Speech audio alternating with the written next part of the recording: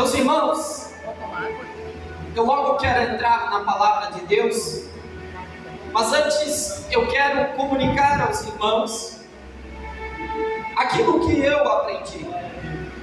Tudo que eu aprendi, eu não aprendo sozinho, eu aprendo de alguém. E se você quer ser um bom cristão, você precisa aprender a ter o hábito da leitura. Você precisa aprender que o Espírito Santo falou com homens no passado, fala com homens no presente e falará no futuro. Portanto, se eu quero aprender mais de Deus, eu preciso ter humildade. Deus tem falado isso nessa igreja esta noite, de aprender com outros mestres da palavra de Deus. Ora, pois, eu li um livro chamado O Ministério de um Profeta, de um grande mestre, um grande escritor, já faleceu, chamado Kenneth Hagin. Eu recomendo a leitura dele. Kenneth Hagin escreveu vários livros fantásticos. Um dos livros se chama O Nome de Jesus. Você aprende sobre o poder, sobre a autoridade do nome de Jesus. Mas no Ministério do Profeta ele explica algo muito simples, que certa vez ele se viu enfermo e ele perguntou ao Senhor por que daquela enfermidade.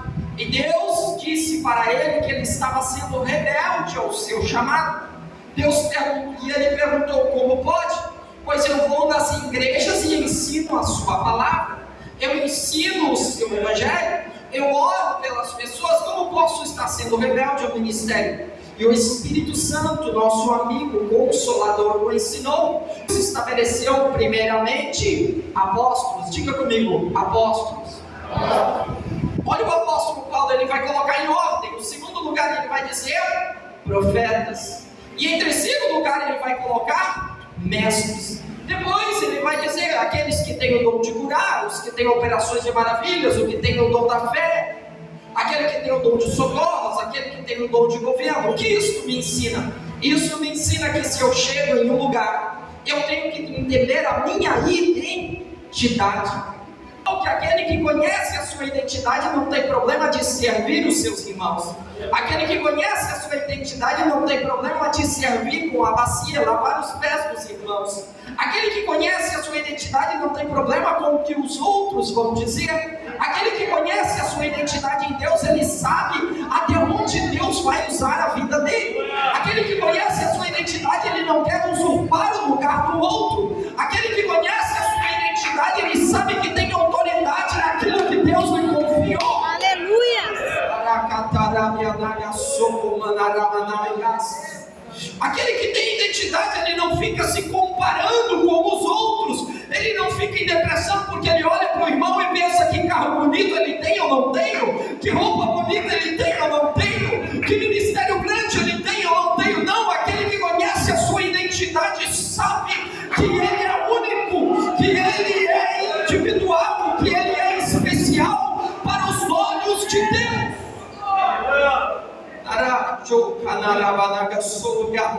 E tem gente que Deus vai usar de uma forma, tem gente que Deus vai usar de outra. Então, por ter a minha identidade, eu preciso saber qual é o meu ministério. Amém? Se você quer entender como Deus quer te usar, a primeira coisa que você precisa entender é que o conhecimento do alto te dará o autoconhecimento. Quanto mais você entrar na dimensão do Espírito, quanto mais você tiver intimidade com o Pai, mais o Pai vai dar identidade para você como filho. E como nós precisamos entender a nossa identidade, eu sei a unção que eu carrego. Eu sei a porção que Deus tem colocado sobre a minha vida. Eu sei de onde eu vim, eu sei a minha trajetória. Então, por isso, eu preciso cumprir o que Deus me ordenou. Sendo assim, eu estou dizendo que quando você vai em um lugar, você precisa saber se a tua vocação é como apóstolo, se o teu chamado é como profeta, se o teu chamado é como evangelista, se o teu chamado é como pastor, se o teu chamado é como mestre, se o teu chamado é diácono. Porque a Bíblia diz: aqueles que são diáconos fazem uma obra boa ao Senhor, sabendo que receberão grande estima depois. Ou seja, você passará pelo teste da diaconia para Deus revelar o teu ministério. Vou explicar. Jesus falou que se você não for fiel nas coisas alheias, quem vos dará o que é vosso? Ou seja, se você está numa empresa e você cuida do caixa de uma empresa, o teu patrão confiou em você o seu trabalho. Se você não pode trabalhar bem para ele e cuidar das coisas que não são suas, são emprestadas, quando é que Deus vai olhar para você e vai te entregar o teu negócio? Quando é que Deus vai olhar para você e vai te entregar a tua oportunidade? Quando é que Deus vai entregar para você o teu ministério? Da mesma maneira é na obra do Senhor. Eu preciso ser fiel no ministério alheio. Eu estou aqui para servir aquele que Deus já revelou uma identidade nesse momento, os líderes desta casa. Então, à medida que eu sirvo no ministério alheio, Deus, ele prepara um momento que ele vai revelar o meu ministério. Está entendendo? Amém? Está entendendo? E tendo dito tudo isso, eu entendo que Deus falou com a minha mãe quando a minha mãe ia ter o primeiro filho. Eu disse: olha, você está grávida, você vai ficar grávida, vai ser um varão e vai ser um profeta. Então, desde que eu nasci para ser profeta. Esse é o meu chamado. Eu posso exercer em outros cargos, mas no princípio este é o meu ministério. Então, antes de ensinar, eu preciso profetizar. Amém? Então eu falei isso exatamente para ajudar vocês, obreiros, porque eu já estou pregando desde os 15 anos, irmão. Estou com 31 aí, então faça as contas. Eu não comecei faz 5 anos, 2 anos, 1 ano. A gente não está viajando desde ontem, desde semana passada. A gente tem passado em alguns lugares e tem tido experiências com Deus. E ao chegar em novos lugares, você precisa entender qual é a sua identidade e o que Deus quer te usar naquele lugar. Como profeta, eu preciso liberar pelo menos 3 palavras proféticas aqui.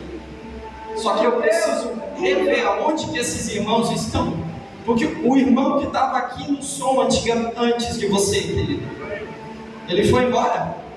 Meu Deus do céu, perdeu a bênção. Perdeu a bênção, pastor. Deus falou comigo no início do culto. Amém. Você está entendendo como as coisas de Deus são? Agora a irmã de vermelho lá atrás, irmã de vermelho, Deus tem uma palavra para a sua vida, viu, filho?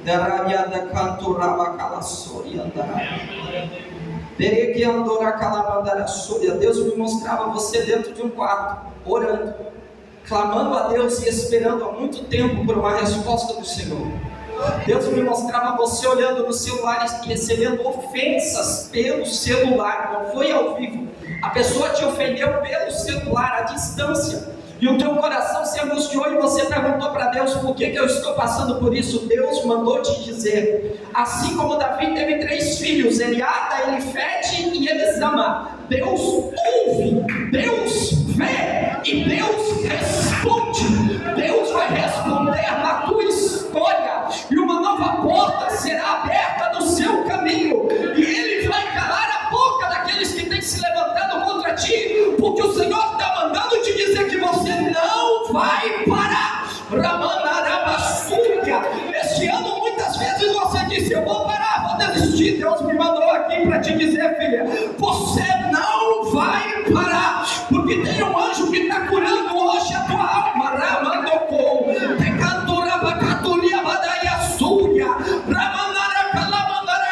E aquilo que você não tem o controle, aquilo que você não tem o poder de mudar, Deus disse: fica tranquilo, porque eu vou responder. Assim diz o Senhor, este é o ano de resposta. Agora entenda uma coisa, querido irmão, você já deve ter ouvido muitos pregadores dizerem que o povo de Israel foi tirado do Egito e ficou 40 anos no deserto. Amém? 40 anos no deserto são necessários, o deserto é necessário. Agora eu penso que muitos pregadores acabam se equivocando quando eles olham e dizem que em 15 dias essa trajetória poderia ser terminada. Me desculpe a sinceridade, mas não poderia. distância era de 20 dias, 30 dias, tudo bem. Eles saem do Egito, Deus tira o povo da escravidão e vai levar eles para Canaã. Mas em 20 dias eles não podem entrar na terra prometida. Por quê? Pergunta para mim, por quê? Porque eles não estavam preparados. Deus vai usar o deserto para formar uma nação. Leia os 5 primeiros livros da Bíblia e entenda quantas coisas Deus vai organizar. Se eles entram em Canaã, eles iam precisar conquistar a terra com guerra. Como é que eles vão se organizar? Se eles entrarem em guerra, um povo desorganizado, quando vai para a guerra, vai perder a batalha. Eu vou repetir: o povo que está despreparado, o povo que está desorganizado, o povo que quer pular etapas, o povo que é apressado, o povo que é ansioso, quando ele não está organizado, ele vai entrar na guerra e vai perder a batalha. É por isso que o deserto é usado para formar o povo de Deus.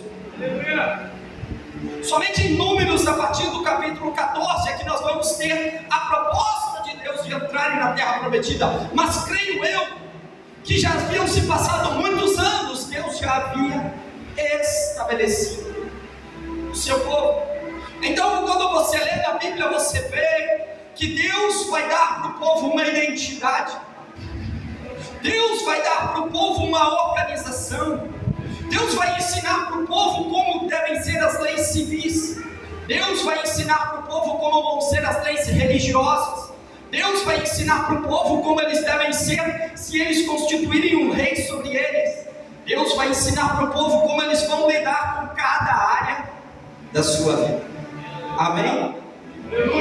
Então, muitas das vezes nós estamos num deserto, nós estamos num processo, nós estamos num vale e nós queremos que Deus nos arranque de lá.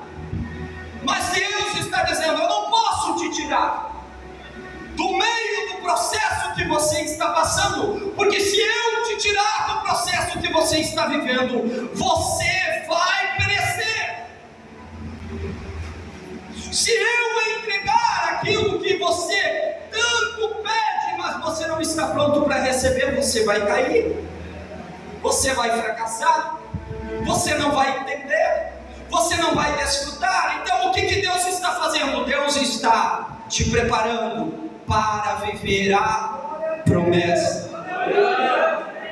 Há uma promessa de Deus sobre a minha vida e sobre a sua vida.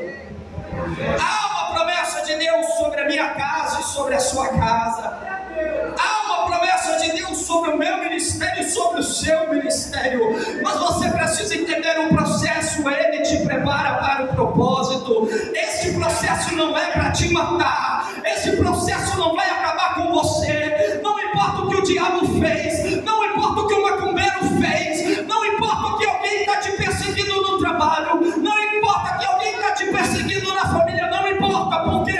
Porque você está debaixo da potente mão de Deus, que o inimigo não vai matar, o inimigo não vai destruir aquilo que Deus está fazendo na sua história.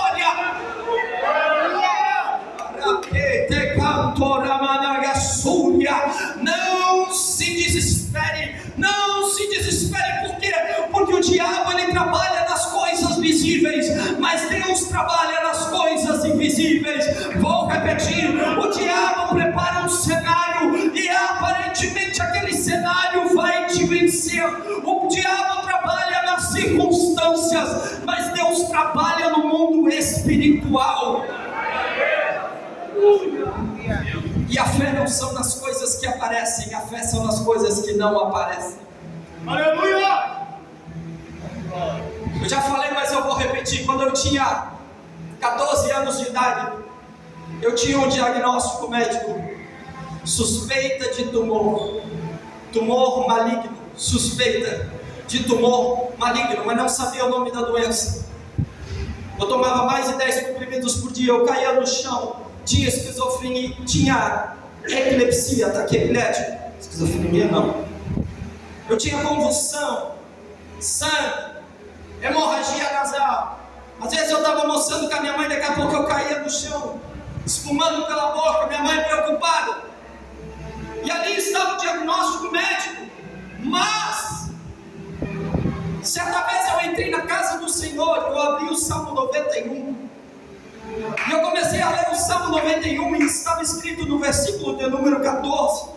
E Deus falou comigo, o que estava no Salmos 14, que dizia: porque tão grandemente me amou, eu também o amarei, estarei com ele na angústia, dela o retirarei, e tu me glorificarás, e ainda te fartarei com honra e longevidade de dias. Havia uma palavra do médico, mas havia uma palavra de Deus. Havia uma promessa que não aparecia, mas havia uma palavra que existia, porque Deus trabalha no invisível, porque as coisas visíveis vieram a existir das coisas que não existem. Ei, é pela fé que você vai vencer. Ei, é pela oração que Deus vai te dar vitória. Ei, o decreto do homem não terá poder sobre a tua história, porque a última palavra ainda é do Senhor. Aramande cantora manaya sou. Handarabia conta rabahaya. Anacalasúria. Tarai canturia manaraya. O Espírito Santo de Deus está aqui, e Ele está te dizendo que o dia da tua cura tem data marcada, o dia do fim da tua prova tem hora marcada, o dia que Deus vai determinar uma palavra sobre a sua vida, Ele tem uma hora marcada e vai acontecer, você tem que continuar acreditando. Aleluia! Agora, quando eu li o texto de Êxodo, capítulo 26, versículo de número 37, eu vejo que Deus, Ele dá uma ordem para Moisés. Ele diz: Moisés, prepare para mim um lugar de culto, prepare para mim um lugar de encontro, prepare para mim um lugar de visita. Por quê? Porque antes de Deus criar a necessidade, Deus criou a provisão. Antes de Deus criar o homem que tinha fome e tinha sede, Deus já tinha criado a água, Deus já tinha criado a comida, Deus já tinha criado as florestas, Deus já tinha criado a casa, Deus já tinha criado a estrada, Deus já tinha criado o jardim para ele viver. Então isso significa que antes da tua necessidade existia uma provisão, já está preparada no céu. É pré-antecipado. Deus conhece o teu futuro. Então Deus mandou Moisés preparar um lugar para o encontro.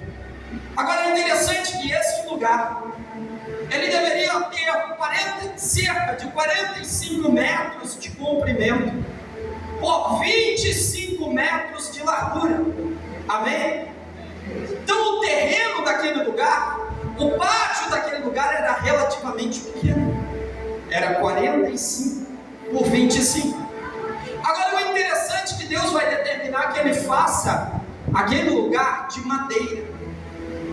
E aí eles deverão colocar 20 colunas do lado direito, 20 colunas do lado esquerdo, 10 colunas no fundo e 10 colunas na frente. Amém? Quantas colunas do lado direito? 20. Quantas do lado esquerdo? 20. Quantos atrás? Quantos na frente? Então, se você fizer uma soma comigo, são 60 colunas. E entre cada coluna são colocadas tábuas de alguns metros.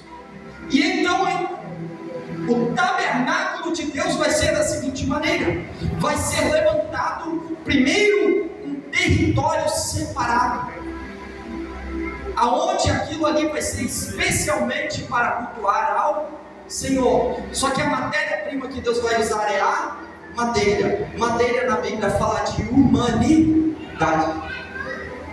Sabe o que Deus está dizendo? o lugar de encontro entre Deus e os homens, ele vai ser um lugar baseado na humanidade, baseado na humildade de Cristo. O que vai sustentar aquele tabernáculo de pé não é pedra, porque pedra na Bíblia é uma simbologia das nações gentias. O que vai simbolizar aquele lugar que Deus está preparando é a humildade, é a madeira. E então você vai ter um lugar separado, e aí do lado de dentro você vai ter, propriamente dito, o lugar santo. E como que o lugar santo vai ser?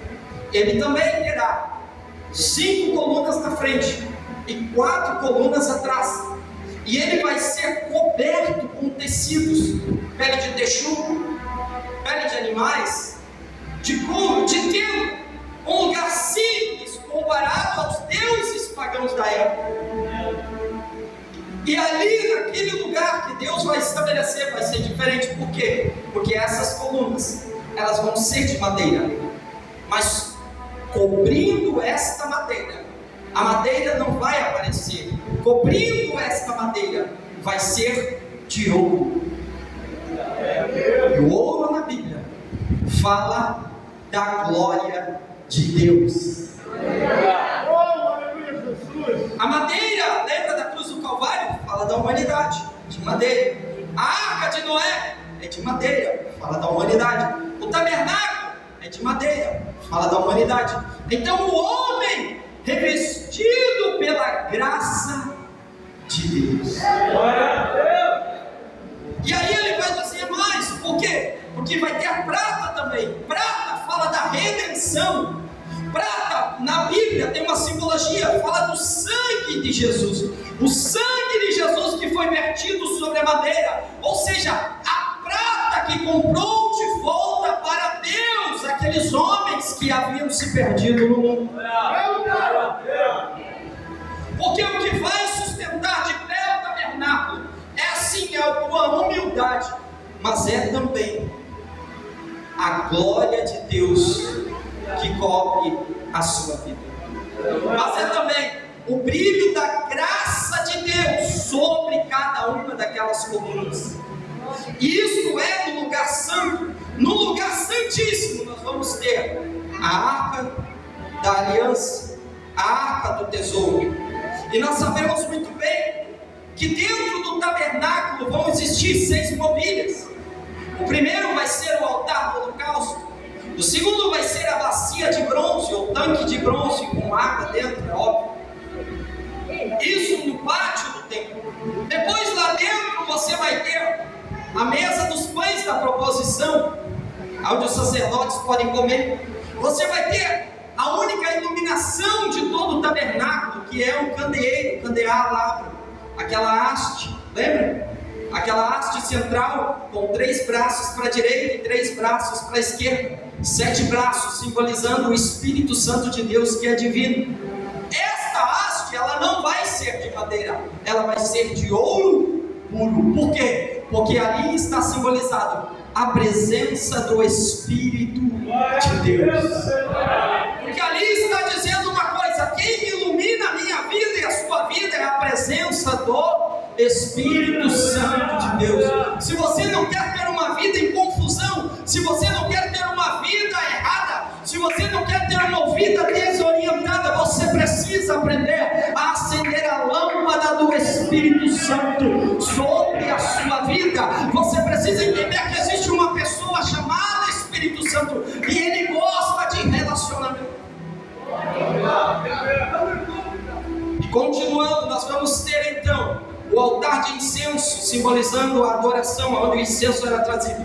E lá dentro, a arca que ficava dentro do lugar santo. Ou seja, isso fala da caminhada cristã. No altar do holocausto eu entrego a minha vida a Jesus, vou até o Calvário, o sangue de Jesus paga o preço pelos meus pecados. Mas não basta eu andar somente dizendo eu amo Jesus, não basta andar eu apenas dizendo Jesus me ama, não basta apenas eu dizer eu sou a igreja, eu não preciso congregar, não basta eu apenas dizer que Jesus é o suficiente na minha vida e eu não preciso de mais ninguém. Por quê? vai dizer que depois do altar do holocausto, existe uma bacia de bronze, e você precisa descer as águas do batismo. Para entrar no lugar santo, você precisa morrer e nascer de novo. Para entrar no lugar santo, você precisa morrer para o mundo e dar um testemunho da sua fé. Para entrar num mundo de uma dimensão maior com Deus e ter intimidade com Deus, você precisa olhar, abandonar o passado, e você precisa ter comunhão com aqueles que têm comunhão com Deus. Não adianta você ser crente de Facebook, porque Facebook não vai ter no céu. Tem gente que é crente de Facebook, mas escute uma coisa: lá no céu não tem o Facebook para analisar a sua vida. Lá no céu existe o livro das obras, aonde Deus vai olhar o que você tem feito na terra. O que vai comunicar para o céu não é as tuas redes sociais, o que vai comunicar para o céu é aquilo que você está vivendo. Não é um cristão de aparência, mas um cristão de conteúdo. E lá dentro do lugar santo, você vai ter a primeira experiência com Deus, a mesa da proposição. Isso fala da Santa Ceia. Isso fala da nossa oportunidade de comer do pão e do sangue, ter comunhão com Cristo. Glória a Deus, aleluia. E depois nós vamos ter então, que eu já falei, o candeeiro, símbolo do Espírito Santo. Quando você é batizado com fogo, quando você é batizado com o Espírito Santo, você é diferente. Quando você é batizado com o Espírito Santo, você não é uma pessoa que qualquer um te engana. Quando você é batizado com o Espírito Santo, não é qualquer mentira, não é qualquer profetada, não é qualquer seita e heresia que vai te levar para lá ou para cá. Por quê? Porque você vai ter iluminação e conhecimento. Agora, quando você está nessa caminhada com Deus, existe um outro altar, é o altar do incenso. No altar do incenso você leva as suas orações. No altar de incenso você leva a sua adoração. No altar de incenso, Deus, Ele procura aqueles que são verdadeiros adoradores, para que o adorem em espírito e em verdade. Deus sabe quem é verdadeiro adorador. Porque você sabe qual é o fogo que alimenta o altar do incenso?